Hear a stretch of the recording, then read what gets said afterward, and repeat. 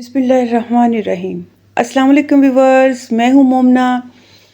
Viewers, آج میں آپ کے ساتھ ایک بڑی مختلف قسم کی سٹوری شیئر کروں گی، اور یہ سٹوری کسی اور کی نہیں، ابلیس کی سٹوری ہے، یعنی کہ ابلیس شیطان کی سٹوری آج آپ کے ساتھ شیئر کروں گی۔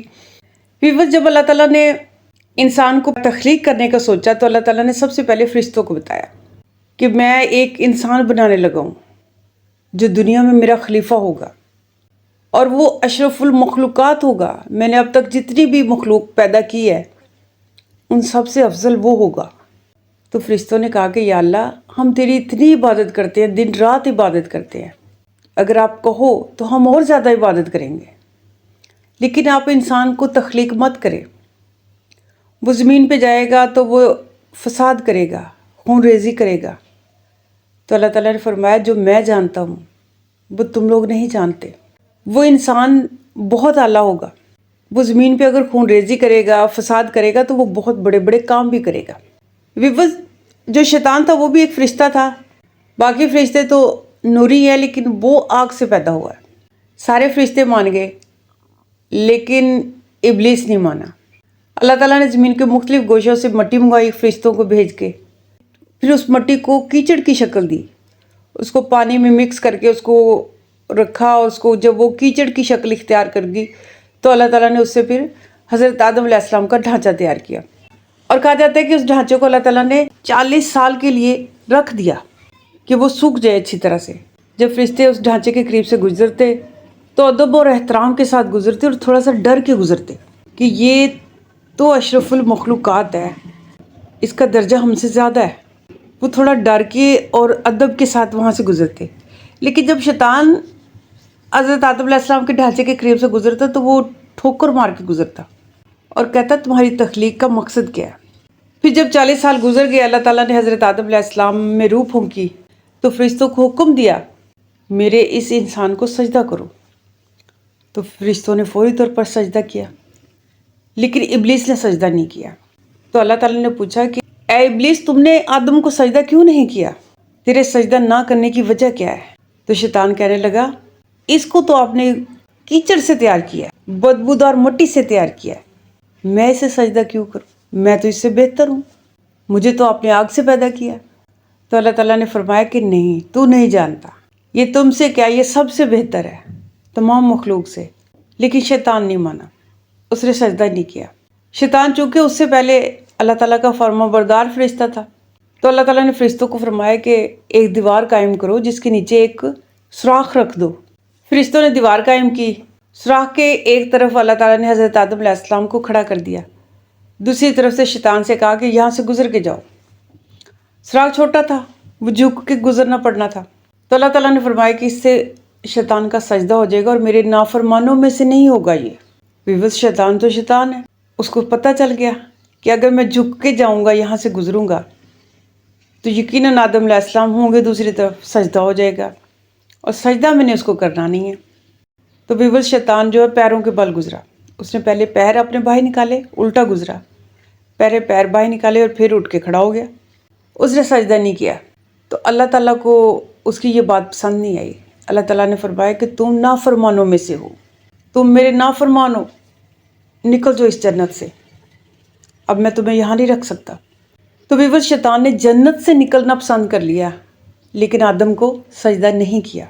ویور، یہ جو واقعہ جو میں نے آپ کے ساتھ شیئر کیا، یہ میں نے حدیث میں تو نہیں پڑھا، یہ واقعہ میں نے سنا تھا اور میں نے کہا آپ کے ساتھ شیئر کروں، واللہ علم کی یہ سچا ہے، یہ جھوٹا ہے۔ جب شیطان کو اللہ تعالیٰ نے جنت سے نکالا تو شیطان نے کہا اللہ تعالیٰ میں جنت سے نکل جاتا ہوں، میں جنت سے نکل جاؤں گا، لیکن میری ایک بات مان لیں، مجھے اس آدم پہ اختیار دے دیں، مجھے اس پہ اختیار دے دے تاکہ میں اس کی اولاد کو بہکا سکوں، برباد کر سکوں۔ تو اللہ تعالیٰ نے فرمایا جا، تجھے میں نے ایک مقررہ مدت کے لیے اختیار دے دیا، یعنی کہ مقررہ مدت سے مراد کہ قیامت تک کے لیے میں نے تمہیں اختیار دے دیا، تم جو چاہو کر سکتے ہو، بہکا سکتے ہو، ان کے خیالات کو بدل کے، جھوٹ بول کے، جھوٹے وعدے کر کے ان کو بہکا سکتے ہو، اور جس طرح چاہو بہکا لو، تمہیں اجازت ہے۔